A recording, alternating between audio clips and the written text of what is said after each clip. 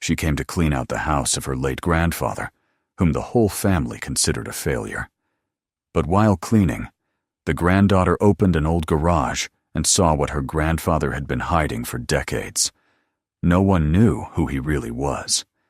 Subscribe to the channel and write in the comments which city you are watching from.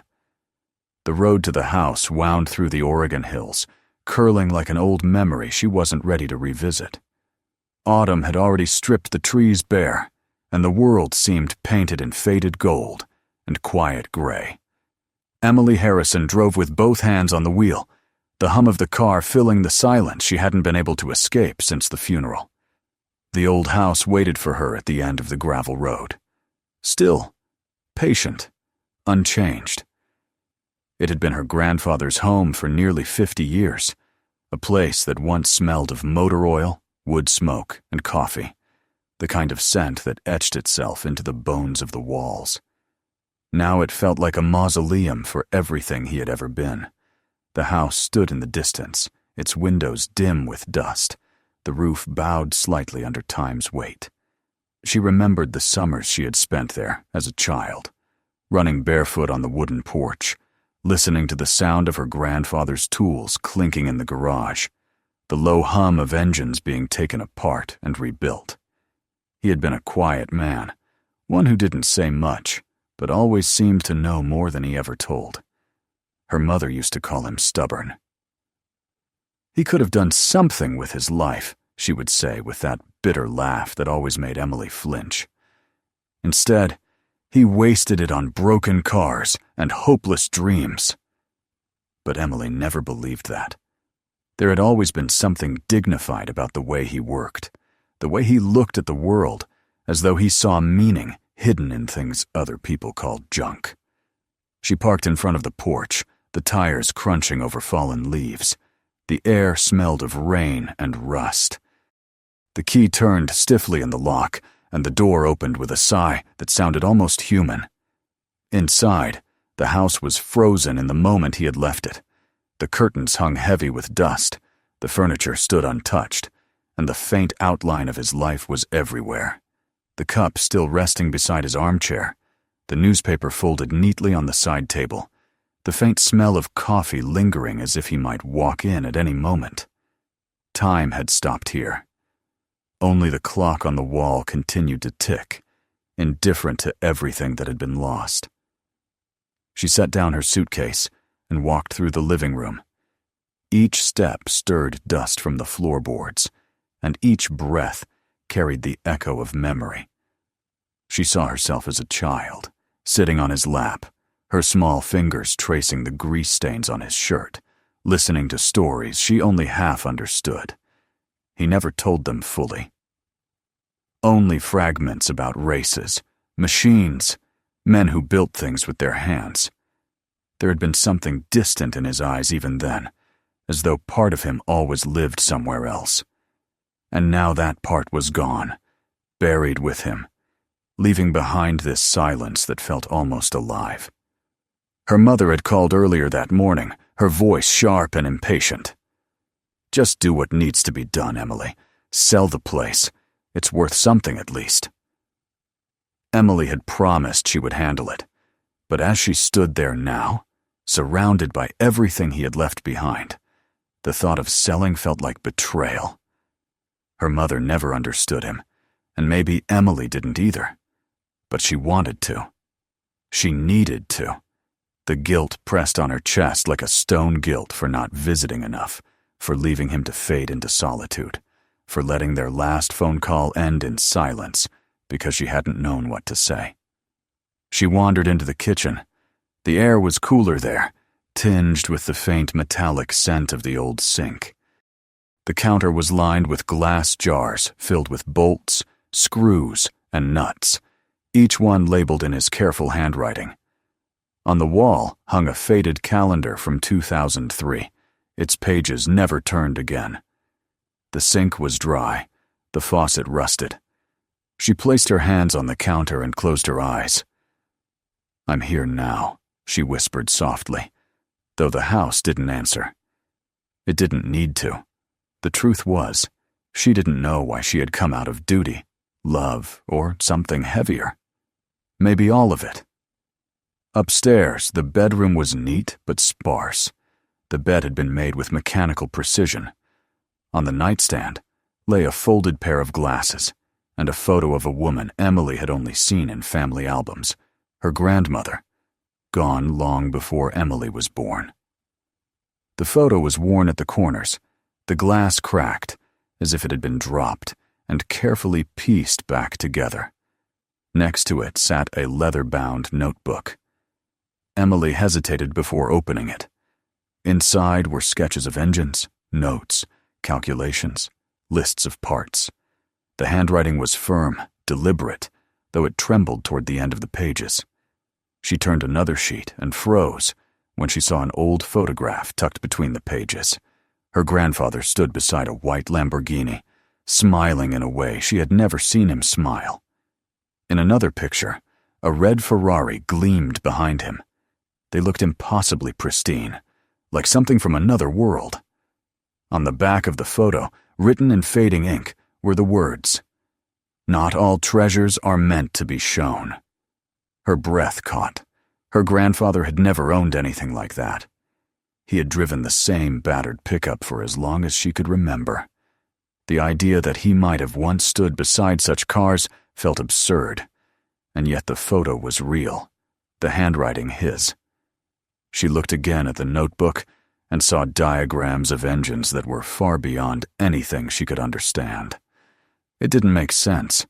Had he been involved with cars like these? Had he worked for someone? Or was it just a dream he'd written into paper and film? A gust of wind pressed against the window, rattling it in its frame. The sound pulled her back to the present. She tucked the photos into her pocket and turned the page. But the rest of the notebook held only more sketches and numbers, too technical for her to decipher. Closing it gently, she stood and looked around the room. Everything felt deliberate, organized, intentional. He had not been a man of chaos. Whatever this was, it had meant something to him. As evening fell, she went back downstairs, her footsteps soft against the wooden floor. The shadows stretched longer across the room, blending with the fading light. She made tea on the old stove, though it took nearly 10 minutes for the flame to catch. Sitting in his chair, she stared at the wall of books, manuals, history volumes, old journals. There were hundreds of them. She took one at random, its spine cracked and pages yellowed. On the inside cover, in his handwriting, were the words, "Someday, someone will read this and understand." Her fingers trembled as she traced the ink. It felt as if he had written it for her, as if he had known she would return one day when he was gone. Her gaze drifted toward the back door, the one that led to the yard. Beyond it, barely visible through the window, stood the garage. Even from here, she could see the padlock hanging from its handle, rusted but intact. A chill ran through her. She remembered it vividly from her childhood, how she used to sneak around the backyard trying to peek inside. Once, she'd managed to get close enough to press her face to the crack between the doors. She had seen only darkness and the faint glint of metal before he caught her. He hadn't yelled. He had simply closed the door, placed a hand on her shoulder, and said softly, "Some doors stay closed for a reason, Em." She had never tried again. Now that same garage stood like a shadow at the edge of her vision. What had he been keeping in there all these years? Why had he been so protective of it? The rest of the house was ordinary humble, filled with the evidence of a simple man's life. But that garage was different. Even as a child, she had felt it. Something about it had always seemed like a secret too big for words. The sound of rain began to tap against the windows, a slow rhythm that filled the silence. Emily leaned back in the chair, the notebook resting on her lap. She felt exhaustion settling into her bones, the kind that came not from physical labor, but from the weight of memories pressing inward. Yet beneath the fatigue was something else, a flicker of curiosity, faint but persistent. Her grandfather had lived his whole life surrounded by people who never really saw him. Maybe he'd left something behind. Not for them, but for her. She rose and walked to the door, peering out through the rain-streaked glass at the shape of the garage.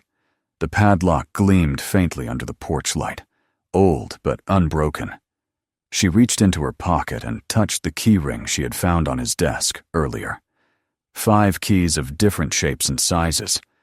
She didn't know which one belonged to that lock, but she had a feeling she would find out soon enough. Not tonight. The house still felt heavy with his absence, and her grief was too raw. But the thought of what might lie behind that door burned quietly in her mind. When she went to bed that night, the notebook lay open on the table beside her. The photograph of her grandfather smiling beside the cars rested on top. She stared at it until her eyes blurred with sleep. Outside, the wind whispered through the trees, and the old house creaked as though it too remembered. The rain fell harder, washing the leaves from the roof, and in the darkness, the faintest glimmer of moonlight touched the garage's rusted door, where something waited, something that had been kept hidden, not from the world, but for the right person to find. Emily turned in her sleep, her hand resting lightly on the photograph. The house was silent again, but the silence no longer felt empty. Somewhere beyond it, the story her grandfather had never told was waiting, and deep down, she already knew it would change everything. Morning came slowly, dragging a pale light through the curtains and across the wooden floorboards. The house had grown colder overnight, the kind of chill that seemed to come not from air, but from emptiness. Emily woke early, her body stiff from the restless night. The notebook and photograph still lay beside her on the nightstand. She stared at them for a long time before sitting up. The images from her dreams lingered. Machines, glinting beneath a thick layer of dust, her grandfather's face half lit by a window, and that closed door at the back of the house. Waiting. The ache of curiosity had settled in her chest like a second heartbeat. She felt both afraid of what she might find and ashamed of how badly she wanted to know. Downstairs, the house was quiet, except for the steady ticking of the old clock in the living room. She brewed a cup of coffee, its smell rising warm and sharp through the air, and sat at the kitchen table staring at her phone. 3 missed calls from her mother. She didn't need to listen to the voicemail to know what they said. She had heard it all before. "Sell the house, Em. Don't waste your time." He didn't leave anything worth keeping. They had stopped being words of advice long ago. They were commands, rehearsed lines spoken without love. Emily turned the phone face down and pushed it away. She had spent her whole life obeying other people's expectations. This time, she wasn't sure she could. The light through the window revealed dust in the air, dancing lazily, like ghosts moving to an old rhythm. She thought again of her grandfather's hands, how steady they had been, how gentle when he showed her how to turn a wrench or how to check a spark plug. He never rushed her, never mocked her curiosity. "If you listen long enough," he once told her, "even metal will tell you what it needs." No one else in the family had patience for that kind of thinking. They saw only dirt, noise, and wasted time. To her, it had always felt like art. Now, walking through his rooms, she wondered what else he had built that no one ever bothered to see. She spent the morning sorting through drawers and boxes. The air smelled of paper, dust, and engine oil. Every item she touched carried the faint warmth of his presence. There were blueprints, notes written on graph paper, envelopes marked with dates from the 1970s. Most of the writing was too technical for her to understand. Formulas, part numbers, and something that looked like draft calculations for torque distribution. She had no idea what any of it meant, but she could see the precision, the intent behind every line. This was not the work of a man drifting through life. It was the record of someone who had spent decades thinking, perfecting, creating. Her mother had called it tinkering. Looking at it now, Emily knew better. This was craftsmanship. This was legacy. Among the papers, she found a small, unsealed envelope addressed in her grandfather's careful handwriting. It was old, the edges yellowed, but the ink had not faded. Her name was written across it. For Emily. She felt her pulse quicken as she slid a finger beneath the flap. Inside was a single folded page, written in his sharp, deliberate script. You were the only one who looked at my work and saw more than dust and rust. If you're reading this, it means you've come back, maybe for answers I couldn't give. Don't let them tell you it's worthless. You'll know when the time comes what to do. There was no signature, no date, just those lines. She read them again and again until they blurred. You'll know when the time comes. The words felt like a whisper through the walls, something he had meant her to hear only when she was ready. She folded the paper and pressed it to her chest. For the first time since his death, she didn't feel completely lost. Outside, the clouds thickened and the day darkened to a dull gray. The house creaked as the wind pressed against its frame, but Emily didn't move. She sat at the table with the letter beside her, staring out toward the yard where the garage stood at the edge of the trees.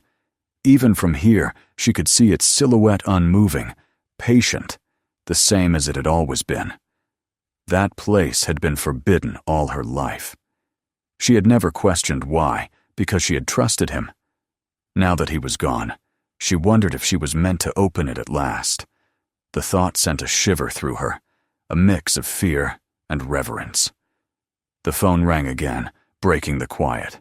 She let it ring until it stopped, then checked the message. It was her mother, her tone clipped and cold. Emily, the realtor says you haven't even signed the paperwork yet. You're wasting time up there. Get the place cleared out before the end of the week. Then a pause, a sigh. Don't turn this into something sentimental. He wouldn't have wanted that.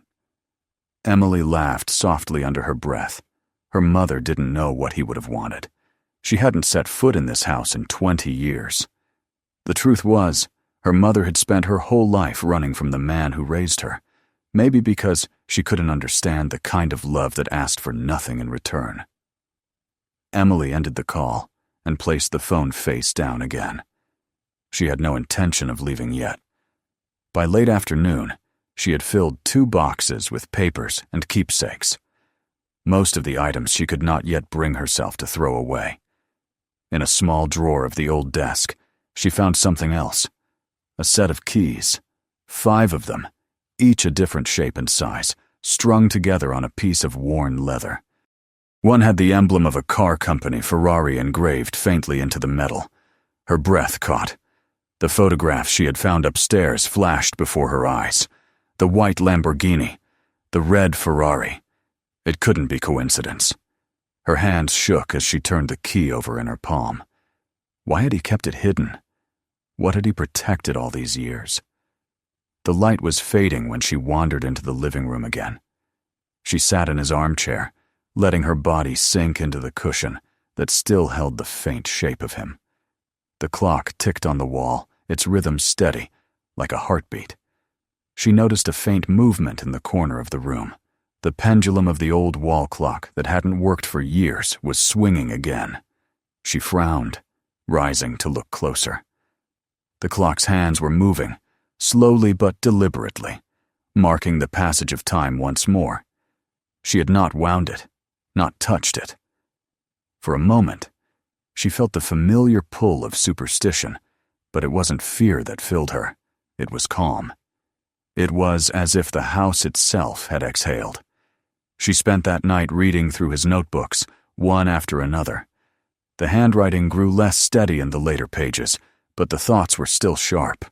He wrote of engines like poets, wrote of love, how they breathed, how they aged, how they revealed the character of the person who built them. There were fragments of letters addressed to names she didn't recognize, but one stood out. It was a draft, unsent, written to her mother. The words were firm, but kind. You judge what you don't understand. One day, Emily will come here, and she'll see. Let her. She's the one who listens. Emily felt her throat tighten. He had known. Somehow, he had known she would come back to him. The rain began again, soft and persistent. She closed the notebook and stared at the walls, at the hundreds of tiny details she had overlooked before. The grooves in the floor where his chair had rocked, the stains on the wallpaper near the light switch where his hands had rested over the years. Every mark was a story. The house wasn't haunted by ghosts. It was haunted by presence. She realized that leaving it behind would be like burying him all over again. The others didn't understand. They never would. When the power flickered and the light bulb dimmed, Emily rose and went to the back door. The garage loomed in the darkness, a black shape against the faint glow of the streetlight. The padlock glinted wet from the rain. She held the ring of keys tightly in her hand. For years, that door had been the line she never crossed. Her childhood self had been content with mystery, but the woman she had become could not bear it any longer. She stepped out into the rain, her breath visible in the cold air, her shoes sinking into the wet grass. The sound of the storm muffled everything her heart beat, the wind, even the fear that clung to her thoughts. The first key she tried didn't fit. Neither did the second. Her hands were trembling now, but she kept going. The third slipped halfway before catching, and she forced herself to stop, to breathe. The metal was cold, biting against her skin. She turned the key slowly. It resisted at first, groaning like something waking from a long sleep. Then, with a dull click, it gave way. The lock came loose, the hasp dropping heavily against the door. Emily froze, her breath shallow. She pushed the door open an inch, and a gust of air poured out, dry, stale, tinged with oil and dust. It was the scent of years, of time preserved in steel and shadow. She hesitated. The beam of her flashlight caught only shapes and outlines. Shelves, workbenches, the vague curve of something large hidden beneath tarps. The air was thick, unmoving.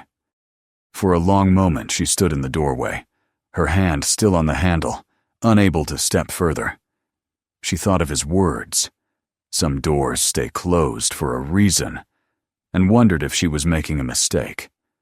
But then she thought of his letter, of the way he had written, "You'll know when the time comes," and she realized that the time was now. Emily took a step forward, the floor creaking beneath her weight. Dust swirled in the beam of her flashlight. The silence was immense, almost sacred. Whatever waited inside had been untouched for decades. The tarps loomed in front of her, two massive forms resting side by side, their shapes precise, deliberate. She didn't move closer yet.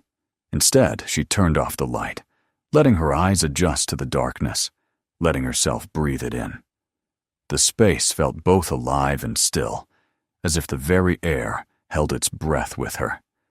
She stood there until the sound of the rain softened to a whisper. Then she pulled the door shut and locked it again. Not tonight. She wasn't ready to see, but she would be. Soon. As she walked back toward the house, the keys heavy in her pocket, she looked once more at the garage. It stood silent under the falling rain, patient, waiting.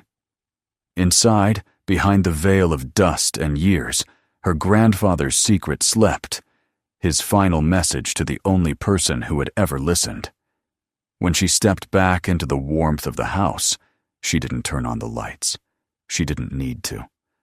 The house seemed to glow faintly in the dark, as though her grandfather's presence had returned with her. She climbed the stairs slowly, her mind full of questions and half-formed understanding. Tomorrow, she told herself. Tomorrow, she would face what he had left behind.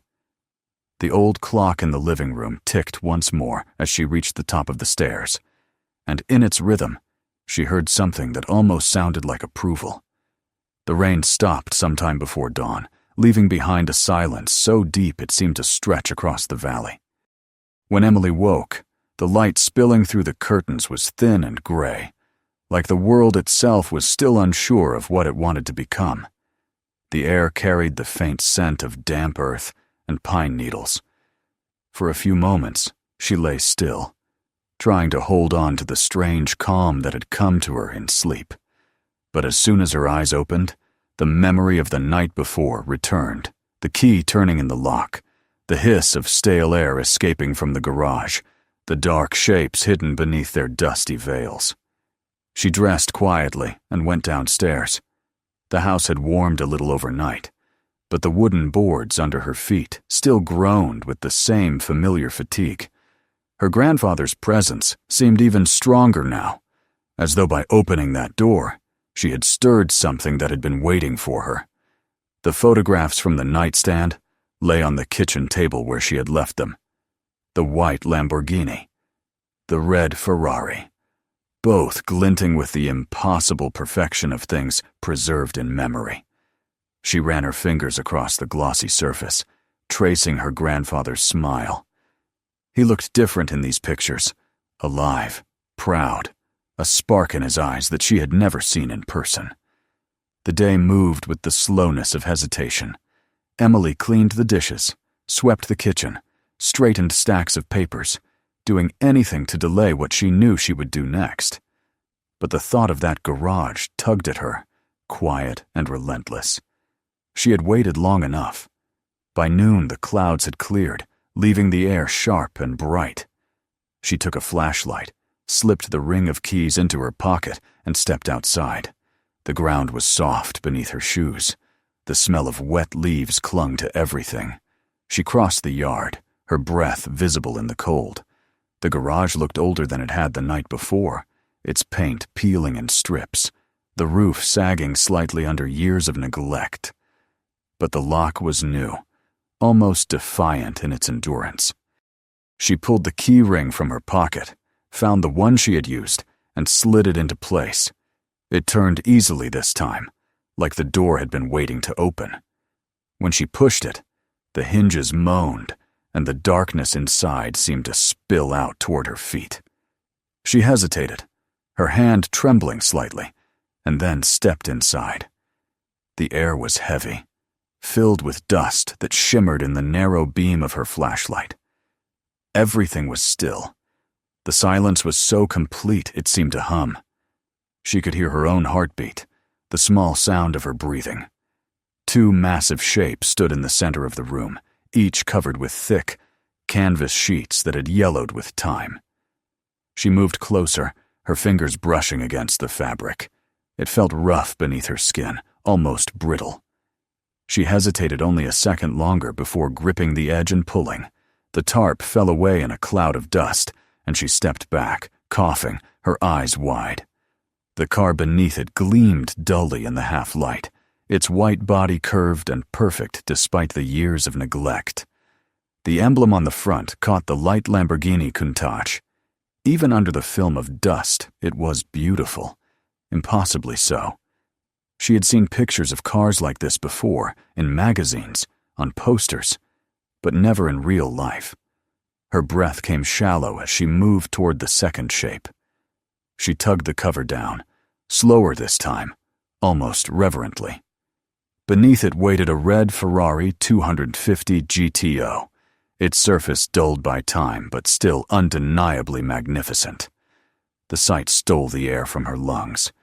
These weren't just cars. They were legends, machines so rare that collectors would trade fortunes just for a glimpse. For a long while she could only stare. The garage felt transformed, not like a dusty outbuilding anymore, but like a shrine. The floor around the cars was marked with old oil stains, the walls covered in faded posters from races long past. Tools hung neatly on hooks, untouched for decades. On the workbench against the far wall, a set of notebooks lay stacked beside a tin box. Emily approached slowly, afraid to disturb the stillness. She opened the box. Inside, wrapped in a piece of cloth, was another envelope. The handwriting on the front was his strong, familiar. "If you're reading this, it's time." Her hand shook as she unfolded the letter inside. They were going to destroy them. 2 prototypes, one from Italy, one from Maranello. They called it cost reduction. I called it a sin. I spent 30 years helping them perfect machines that could move like art. When the company folded, they told us to strip them down and melt the metal. I couldn't do it. Beauty doesn't deserve to die with greed. So I kept them. Not to sell. To save. I knew the world would forget, but I couldn't let that happen. You understand that kind of love, don't you, Em? The kind that asks nothing but to protect what matters? Maybe that's why I waited for you. The paper trembled in her hands. She read it again and again until the words blurred. Beneath the letter lay several old photographs, images of him younger, working on the cars, sometimes smiling, sometimes with his head bowed in concentration. There were receipts, mechanical drawings, even a worn certificate with his name printed clearly at the bottom. It was undeniable. Her grandfather hadn't just been a mechanic tinkering in his spare time. He had been part of something larger, an engineer, a craftsman, a man who had quietly carried the weight of his genius while the world forgot his name. A sound startled her, a crunch of gravel outside. She turned off the flashlight and held her breath. Voices, the sound of footsteps approaching. Then, faintly, the unmistakable voice of her mother. Emily's stomach dropped. "Emily!" The name rang out, sharp, impatient. "Are you here? The realtor said you're still dragging your feet. We came to help." She froze. The last thing she wanted was for them to see this, to turn what felt sacred into another argument about money. But it was too late. The door creaked open, and light spilled in as her mother, her brother Daniel, and her aunt stepped inside. Their eyes adjusted slowly to the dimness, and then, one by one, they saw what she had uncovered. For a moment, no one spoke. Then Daniel let out a low whistle. "Holy hell, are those real?" Her mother stepped forward, her hand covering her mouth. "Good God," she whispered. "Do you have any idea what these are worth?" Emily's throat tightened. "They're not for sale," she said quietly. Her mother turned sharply. "Not for sale?" "Emily, these could change our lives. Your grandfather kept this from us? All those years struggling, and he was sitting on a fortune?" "He wasn't hiding money," Emily said, her voice rising despite herself.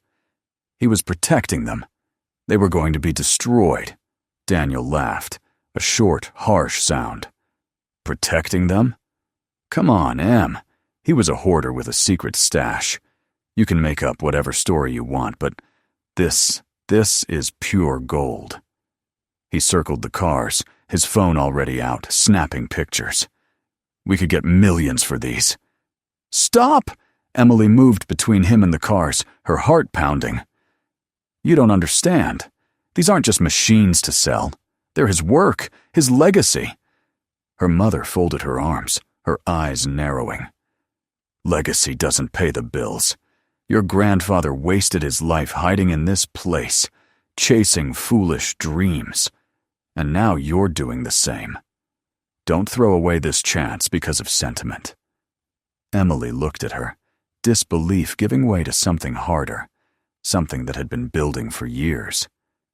"You never tried to understand him. You just mocked him until he stopped trying to explain. He built something extraordinary, and you were too proud to see it." For a moment, no one moved. The silence between them felt alive, a storm ready to break.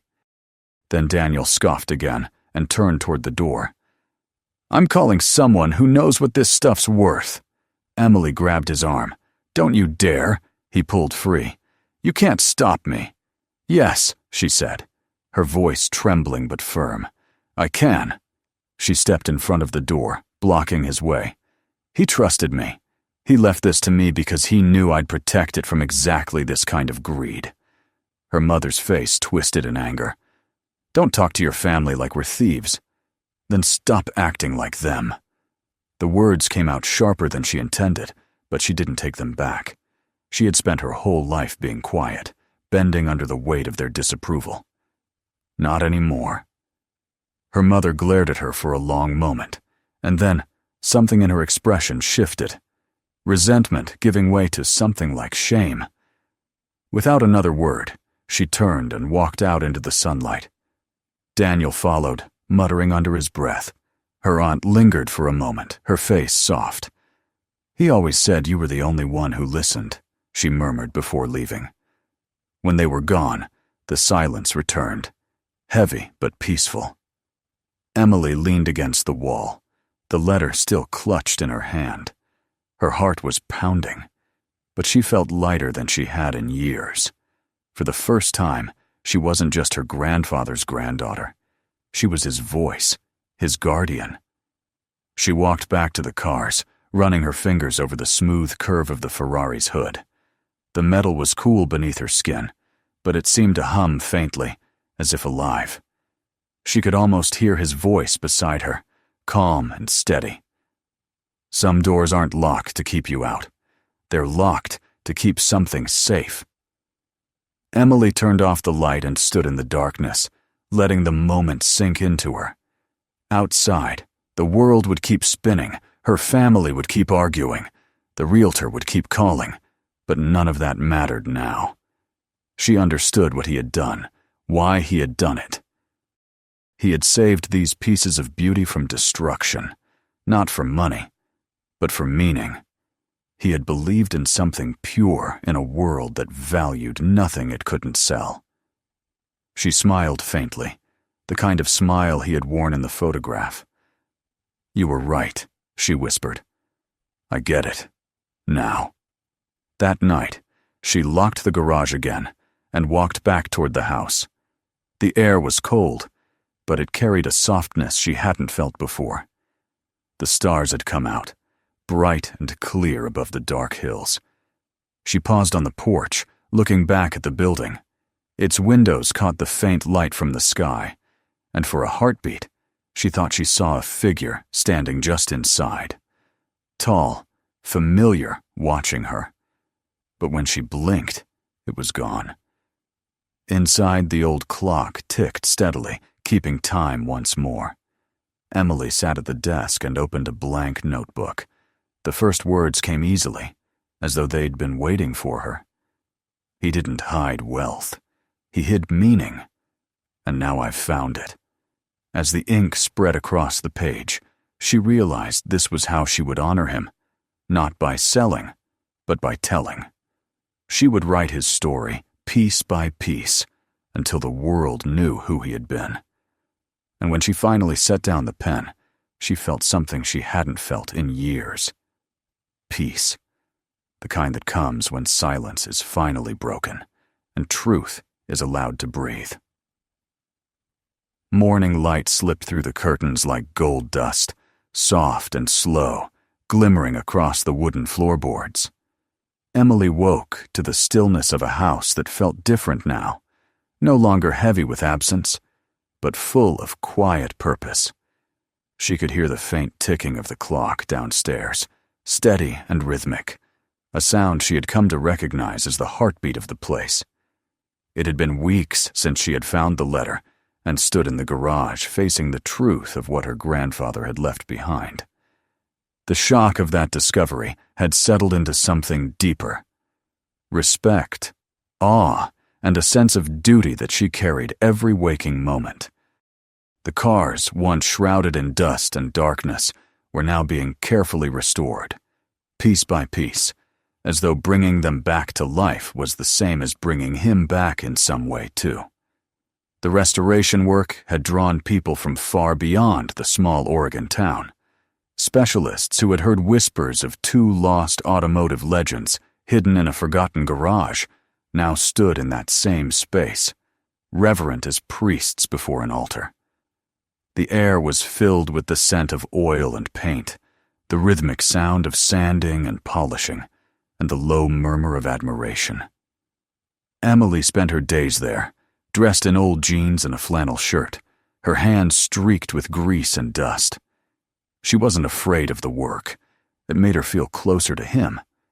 Sometimes she caught herself talking aloud as she tightened a bolt or brushed a layer of grime from a panel, as if he were still standing beside her. One of the restoration experts, an older man with a silver beard named Patrick, had told her quietly one afternoon, "Your grandfather must have been a genius. These modifications, the welds, the precision, it's decades ahead of its time. I've never seen craftsmanship like this in a private garage." Emily smiled, pride swelling inside her like warmth spreading through cold air. "He wasn't looking for fame," she said softly. "He just wanted to preserve something beautiful." Patrick nodded and looked at her with something close to reverence. "And now you are too." She had thought once that she would simply repair the cars and then decide what to do with them. But the deeper she went, the clearer it became that this was more than a restoration. It was a resurrection. The story itself demanded to be told. She began writing late into the nights, the house lit by a single lamp, her laptop open on the old desk, where his notes had once been scattered. The words came easily, as if they had been waiting all along. The garage he never opened. It wasn't just about cars. It was about a man who refused to let beauty die in the hands of greed, a man who sacrificed recognition for the sake of something pure. Every line she wrote felt like a conversation with him. The media had started to take notice. An automotive historian had contacted her after seeing a leaked photo of the Ferrari in its early stages of restoration. He wanted to feature her grandfather's work in a national exhibition on forgotten innovators of the 20th century. Emily hesitated at first. The thought of exposing his secret to the world felt like betrayal, but she remembered the last words of his letter. "Maybe that's why I waited for you." He hadn't asked her to keep his secret forever. He had trusted her to understand when to reveal it. So she agreed. The months passed in a rhythm of labor and discovery. The Lamborghini was the first to be completed. Its body shone once more under the light. Its engine purred with a sound that made her heart tremble. When Patrick turned the ignition key for the first time, the garage filled with a deep, resonant hum that seemed to vibrate through the air and into her bones. She stood there, eyes wet, and whispered, "You did it, Grandpa." The Ferrari took longer.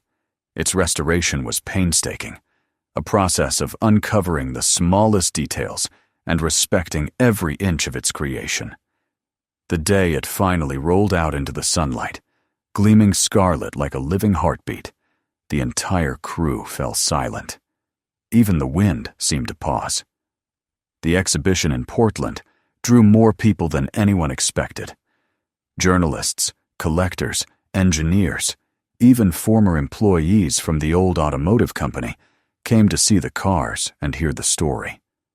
On the first day of the event, Emily stood beside the Ferrari, dressed simply, her grandfather's letter tucked into her pocket. The museum curator introduced her to the crowd as the granddaughter of the forgotten craftsman who preserved what history almost erased. Cameras flashed, voices buzzed, but all she could think about was how he would have hated the noise. He had always preferred the quiet of his workshop, the sound of a wrench turning in his hand, the solitude of creation. When it was her turn to speak, she didn't read from the notes she had prepared. Instead, she told them about the man she remembered. She spoke of his patience, his strange silences, his eyes that always looked past what was in front of him. He wasn't hiding wealth, she said, her voice steady but full. He was hiding meaning. He knew the world would chase what it could sell and ignore what it couldn't understand. But he believed that some things, Some acts of creation belong to time, not to markets. She paused, looking out at the crowd, at the cars shining under the museum lights. He spent his life protecting that belief, and I think that's what we're all trying to do. Now, find what's worth protecting. When she finished, the room was silent. Then came the applause, long and full, echoing off the high ceilings. Her mother stood at the back, her face unreadable, but Emily saw the way her eyes glistened. Afterward, as people crowded around the cars, taking pictures and asking questions, her mother approached quietly. "He really built these himself?" she asked, her voice almost fragile. "Yes," Emily said. "Every piece, every weld." Her mother nodded slowly. "I didn't know. I didn't want to know, I guess." Her voice trembled. "I thought he was lost." Emily smiled gently. "He wasn't lost. He was working. He just didn't need anyone to see it yet." They stood together for a long moment, the tension of years softening between them. When her mother finally left, she didn't say goodbye. Only squeezed Emily's hand before disappearing into the crowd. It was enough. That evening, after the museum closed and the cars were covered once again, Emily returned to the old house. The sun had just set, casting the sky in a wash of orange and violet. She parked in front of the porch and sat there for a while, watching the last light fade from the hills. Inside, everything was just as she had left it. The chair, the books, the quiet hum of the clock. She walked through the rooms slowly, touching the edges of tables, the back of chairs, the windowsill where dust had settled like a thin veil. The house felt alive again, not because she had changed it, but because she had finally understood it. In the garage, the two cars rested under soft covers, the air still carrying the faint scent of fuel and polish. She ran her hand over the nearest one, feeling the smoothness beneath the cloth. "You can rest now," she whispered. "Everyone knows." For a moment she stood in silence, listening to the faint creak of the rafters. She imagined him there, sitting at his workbench, smiling that small, secret smile he always wore when something finally worked after days of effort. Back inside, she opened her laptop and added the final line to her manuscript. He didn't hide from the world. He just waited for the world to be ready to see. She leaned back, tears slipping quietly down her cheeks. The book was done. The story was told. It was no longer just his, it was hers too. Months later, The Garage He Never Opened was published. The reviews spoke of it as a meditation on legacy and love, a portrait of art disguised as engineering, a story of quiet defiance. But Emily didn't read most of them. What mattered to her was a letter she received one morning in the mail, written in careful, old-fashioned script. It was from a man who had once worked with her grandfather. He thanked her for giving his old friend the recognition he deserved. "He was the best of us," the letter said. And he always said his granddaughter would finish what he started. She cried when she read that, then smiled through the tears. One spring afternoon, she drove the restored Ferrari down the winding road that led away from the house. The sky was clear, the air full of promise. She could feel the power of the machine beneath her, the way it responded to every touch, every breath. When she looked in the rearview mirror, she saw the house growing smaller behind her, but she didn't feel like she was leaving it. It would always be there, part of her, part of the story that would never end. As she reached the overlook above the valley, she stopped and got out of the car. The world stretched before her. Green hills, silver rivers, the horizon glowing with light. She stood there for a long time, the wind tugging at her hair, the silence around her filled with peace. In that moment, she thought she could almost hear his voice again, low and certain. "Some doors aren't locked to keep you out. They're locked to keep something safe until you're ready to open them." She smiled and whispered back, "I'm ready now." When she returned home, evening had settled once more. The house glowed faintly under the porch light, warm against the cool air. She went inside, made tea, and sat in his chair. Through the window, the garage stood quiet, its doors closed, but not sealed. The stars above shimmered faintly, reflected in the glass like distant headlights. The old clock ticked on, steady and unhurried.